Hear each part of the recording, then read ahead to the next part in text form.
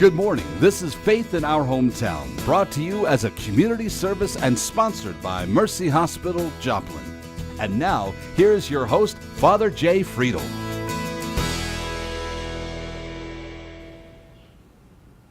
Hi, I'm Father Jay Friedel. Welcome to Faith in Our Hometown, our local conversations about faith and life and all the things that kind of impact us as people of faith and life here in the greater Joplin area.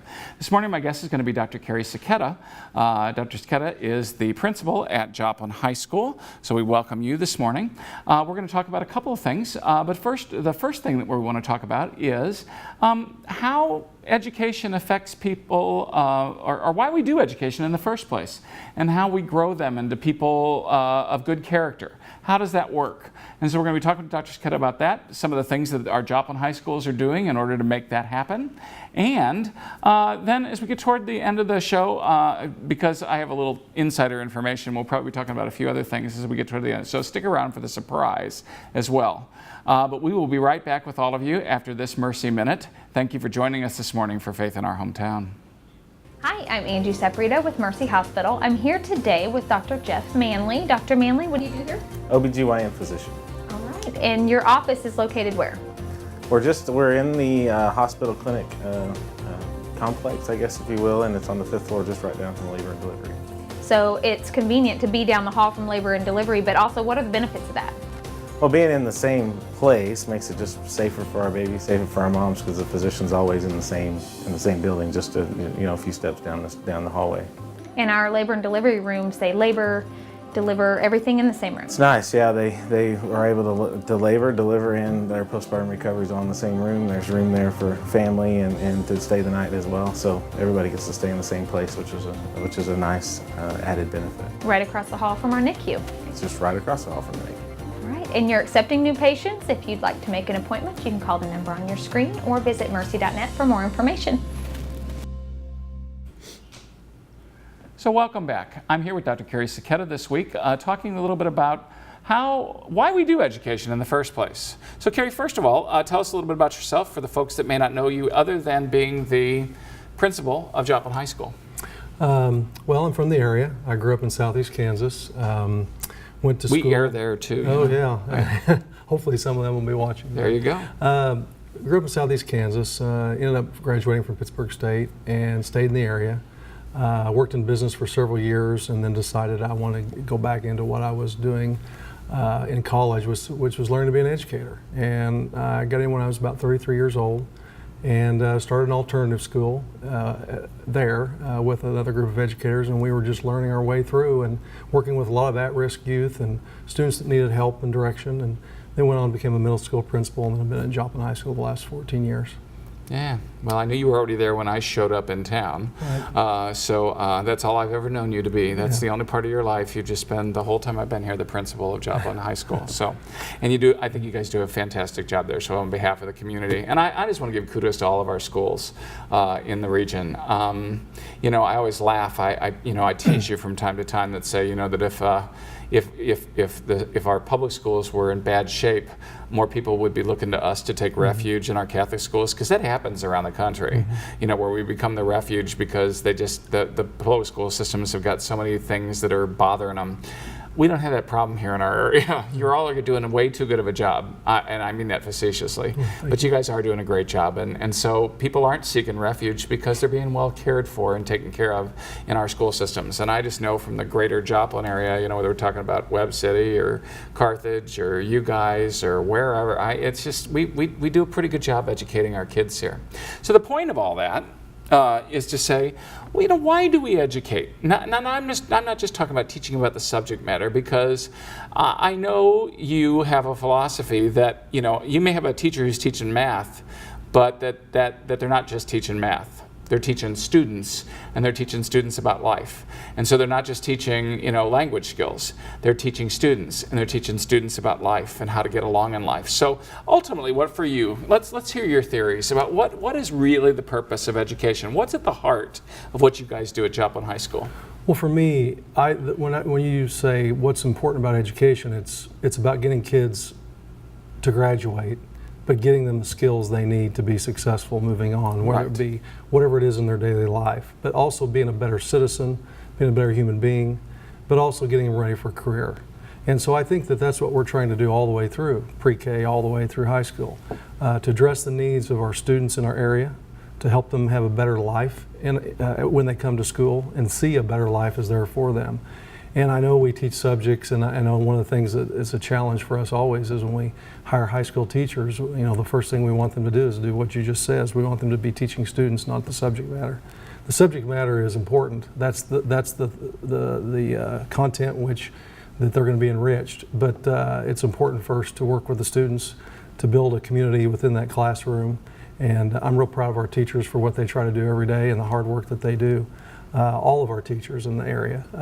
They don't get paid a lot of money, but they do a lot of good work. And I think that most people will tell you, if they look back and say who are the most 4 or 5 influential people in their lives, at least 1 or 2 teachers or coaches or sponsors will be a part of that. I got to tell you, if your teachers really don't think they're making much money, tell them to look at the salaries in the Catholic schools. That's a whole different issue. We don't have time to get into that today. But I believe, my mom was an educator for years and years and years, and I just know the sacrifices she made in some ways because she wanted to teach kids. Mm-hmm. She wanted to see them better their lives, and most of the teachers, the good ones. Okay, and we hope the other ones find jobs doing something else very quickly. They might be around for a few years, but they're not the ones that we want to keep for their entire teaching careers. The long-term ones, the good ones know that it's about forming people and forming them for life. Yes, they got to teach them math and science and all those other things as well, but it's really teaching them how to get along with life and to succeed. I know you've had some very successful and some innovative programs, that have been going on in Joplin that kind of do that, teaching our students how to look out for each other and, take care of each other and to form that bigger idea of community while they're doing all their subject matter, et cetera. You want to talk about some of those initiatives? We have a couple of programs I'm very proud of just recently that's been off the ground. One program is about 4 years old. We named it called Fusion is the name of it, but essentially it's a student mentoring program for our freshmen. And back in February, we were able to go to a national principals conference and present about. In fact, we were asked to present about some different things that we were doing to try to break the mold of a typical high school, and especially in a large high school like ours with 2,200 students. Wow. It's hard sometimes to make sure that every student has an advocate. It's hard to make sure that every student has other people looking out for them. So 4 years ago, we started a program. We looked at a national model and kind of patterned ourselves after a national model, and we kind of created our own. And I think what's unique about our program is that it's very student-driven in the fact that the students run the program, a significant portion of the program, but also the students give us feedback on how to continually improve the program. So typically, juniors or seniors enroll in the program, and they're selected by their juniors and seniors because the criteria is pretty tough to get in. And so it's got to be students who have leadership capabilities, who are willing to give of themselves, and really get as much out of it as they put into it. And so what it ends up doing is we have about 120 students, juniors and seniors, that basically divide up the freshman class pretty evenly, and they have several students that they're looking after at least once a month, twice a month, that they do check-ins with them. And we've kind of dovetailed that into a program that we have that all the teachers are involved in, and that's called Transitions.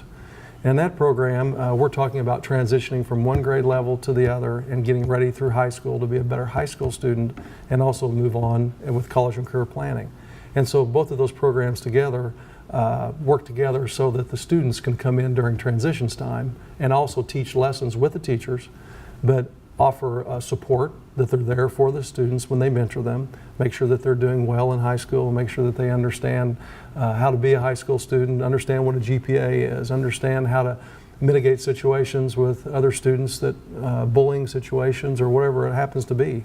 But also the teachers are running this program 3 days a week called Transitions, and they have the students a captive audience. All the teachers are involved, and the students come to them kind of like an advisory program like we might have when we grew up. Sure. They actually get credit for the class, and we're really developing the program now so that it really has a career component the older you get. Now, in terms of that, I mean, so are the older students, is part of the deal there that they are figuring out how to be mentors They are. in a good and a positive sense? Exactly. They So are. what kind of training do you have for them? Well, we have a teacher that's devoted full time to it, and Okay. he's basically developed a leadership curriculum. Good. And he's taken a lot of good ideas from a lot of different places as well as his own, and a lot of the feedback that comes from the students in terms of how to improve things. Typically, the kids that we have involved are usually involved in several other activities.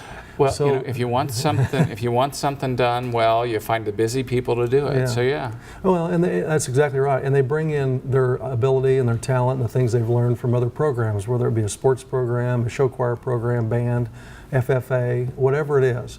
We have leadership skills taught all over the school. So these kids are sitting here as juniors and seniors in other programs that they're learning leadership skills, and they're also developing those as they go. And they basically set up the program throughout the year, and they have certain activities. They're required to go out and fundraise and plan the activities. They're event planners, and sometimes they're telling stories that they don't even want to have to remember to tell, because they want to make sure that these kids know that when they were freshmen too, they made mistakes, and sometimes you need to pull your bootstraps up, and you get up and you learn from your mistakes. Sure. Well, it's interesting. I mean, I've done campus ministry and worked at universities now for like the last 22 years, but it is, and those are things that we were very used to doing at that level. But what we figured out was that our students are coming to us in some ways less and less equipped over the course of time, and so. For you guys to be doing that leadership curriculum, and at the same time, while you're teaching your real leaders how to be leaders, you're also taking care of some of your more vulnerable students who, without a little bit of extra TLC, might be falling through the cracks. And if the students are learning how to look out for each other, that's a pretty positive thing. It is, and one of the things that comes along with that we've discovered is that, for freshmen to come in, if they're not involved in a sport or activity, sometimes it takes a little bit longer for them to get to know one of the adults that they feel comfortable telling right. things. And there's been several cases where kids have felt vulnerable. They were bullied, or something was going on in their life, or outside of school that they needed help and assistance. And our fusion leaders have stepped up and made sure that they've connected that person back to a teacher, or made sure that someone got to know about that in the school, whether it be a school nurse, a mental health counselor, or counselor, principal, another teacher, another advocate for them to get them the help they need, and to outside agencies. So I think that's another thing that what we're learning is that obviously kids tend to talk to kids a little bit easier than they do adults. Sure. And so if they can give that information to somebody that can pass that along, not pass judgment, not try to intervene and make it from a student aspect, but just get that kid connected to somebody else, it can make a big difference quickly. Well, I think those connections are vitally important. They're important no matter who you are, but making those, especially for our kids in high school, is, I think, a very valuable thing, and I'm going to continue to wish you well with it. I would just say, anything you can do to do character formation and leadership formation, and at the same time grow up good leaders and take care of some of the folks that might fall through the cracks, I think you guys have got some good things going, which is one of the reasons why everybody in the area is notably proud of what you guys are doing at Joplin High School. So we thank you for that on behalf of the community. We are going to be taking a break now, but we are going to come back and continue our conversations in just a few moments. This is Faith in Our Hometown. You're watching Faith in Our Hometown on KSN TV, brought to you as a community service and sponsored by